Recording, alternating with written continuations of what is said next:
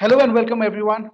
You're watching Times of India. I am joined by a man who requires no introduction, Mr. Pratap Bose, Vice President, Global Design Head at Tata Motors. And we are going to talk about several aspects ranging from Safari to the HPX. Happy New Year, Mr. Bose. Wonderful. Happy New Year to you as well, Anirban, and all your colleagues and all your viewers. I'm really happy to be here. It's a fantastic opportunity to, like you said, talk about Safari and, of course, some of our upcoming introductions. Yeah, what a splendid start to the new year. Two big announcements back to back. First, the Altroz Turbo, followed by the Safari. So let's dive into the Safari first. Means, what was the thought process behind the naming of the Safari? Means you could have named it anything. You could have gone with Harrier, Plus, Pro, Gravitas. Everything was just fine. So why Safari? So, Anirban, if you don't mind, I'll take you back maybe to where we started the project in 2016. We really foresaw or we saw, let's say, the SUV boom coming to India. And we were very clear that to increase market share, to be a sustainable passenger vehicle business, we had to expand our SUV lineup. And that's when we started, of course, talking to. We had just introduced the Nexon, if you remember, in 2016. But we knew we had to do things above and below the Nexon, and that's probably the can be the theme of the conversation. So at that point, also some fundamental shifts were happening in SUV engineering. If you remember, 20 or 30 years ago, the first or that generation of SUVs were on this body on frame construction. So they had a ladder frame construction, then the body. But as time has moved on, regulation, different market conditions, requirements, most SUVs were moving on to a monocoque construction. And there was no better place to look for architecture than our colleagues in Land Rover. They had something called the D8 platform. We, of course, got together with them and realized that the D8 platform has some incredible strengths because they were already doing the Discovery Sport, etc. on that, which are global proven SUVs. So we thought that that architecture was the right one for us. It suited what we really wanted, but we had to make some changes to it for India, for our conditions, and therefore that became the Omega architecture. So Omega was always envisaged as an architecture which will give us a range of large SUVs. And we have never made a monocoque car the size of the Harrier or indeed now the Safari. So the first product coming off that architecture is of course Harrier. We launched in 2019, as you know. In 20, we did a major upgrade with the BS6. And then the second product was always envisaged to be something like a Safari, right? Like I said, I'm talking about 2015, 16. Now, Safari, for a product to be a Safari, Anirban, a couple of very basic things need to happen. One is the capability, the performance of the product, because that's what the Safari has stood for 22 years, yeah. And and this a real leader in terms of design. So these two criteria were important for us. So when we started putting pen to paper in 2016, the design team started the project. um, we were very convinced about what the architecture does, right? Because it's proven from the Land Rover pedigree. And in design as well, we were just launching our Impact 2.0 philosophy, taking design to the next level. So these two things actually came together really well. And for us, we said we have now the perfect base for the next generation of Safari. So, like I always say, when you bring back a legend, you bring back an icon, There's a lot of responsibility, there's a lot of excitement, of course, in the teams. Brings everything that the original legend stood for, but takes it to the next 20, 25 years. That's very important. Anirban, I think the mistake many people and companies make is to be bound to the past, recreated for today, and then they are not future proofed. See, this is fundamental. So we said, okay, we've got some great things from the past, which the new architecture gives us, the new design language gives us. We launch something now which will take us to the next, X number of years to carry on that story. Otherwise, you're always in danger of becoming outdated, outclassed. A lot of things can happen in the car market, as you know. So future proofing the legend was as important as dipping into its past. Exactly. That was pretty extensive, but still, I would like to dive into the Safari a little bit more.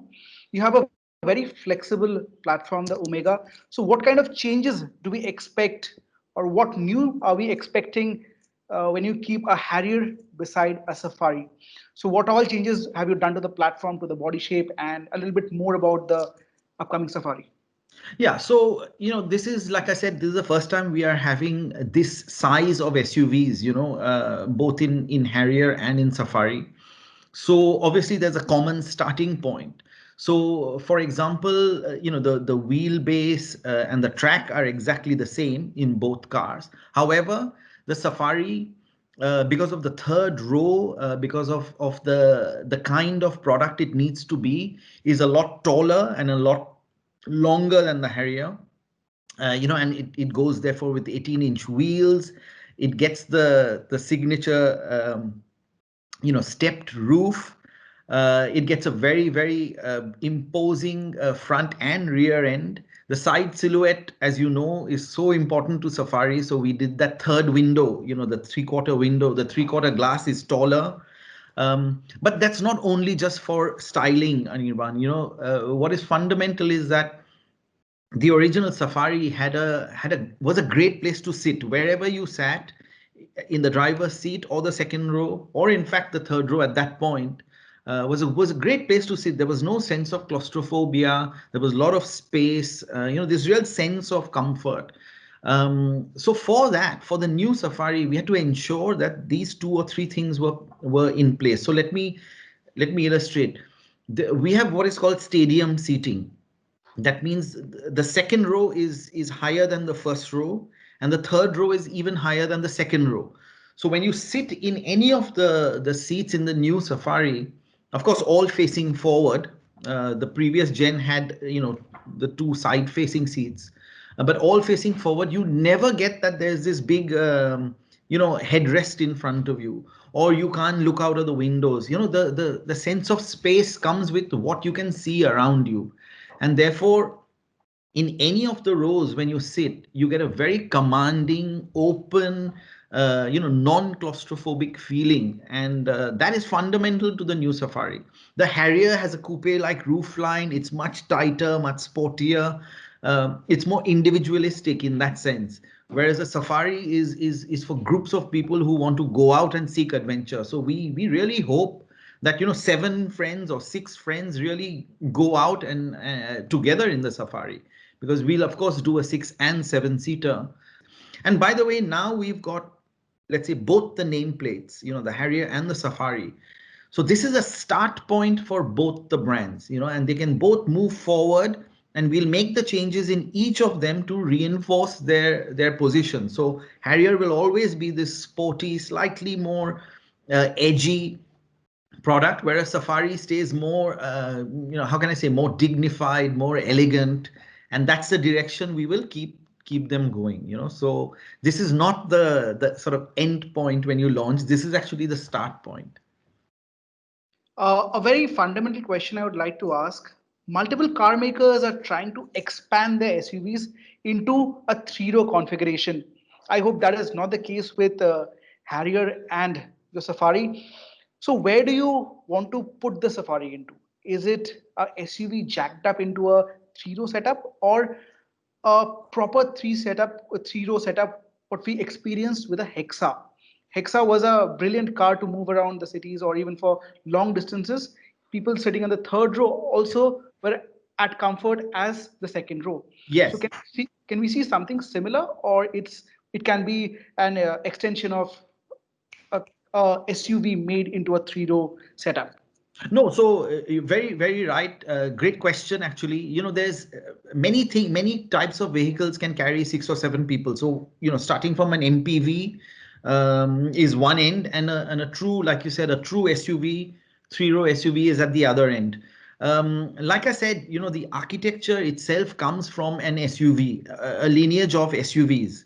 So, for example, if you see where the A pillar is compared to the rest of the car in a MPV, it'll be much further forward, whereas in the case of the Safari, it's much further backward, because there's a certain proportion that a SUV has. So the Hexa is capable MPV, let's put it that way, whereas the Safari is a true blue three-row SUV. And now coming to the space and habitability, I think there will be no better. There's no better 6 or 7 seater on four wheels than what the Safari is going to bring. Usually, Anirban, I mean, I hate to say it, some car makers will deal with the third row almost as an emergency or child seats, just to, if the first 5 seats are filled, whoever's left, it's usually the kids, need to be stuffed in the back. In our case, that's not the case. All 7 seats are extremely comfortable. In fact, again, I'll let you into a design engineering sort of guideline that we use when we establish the architecture or the platform for any product.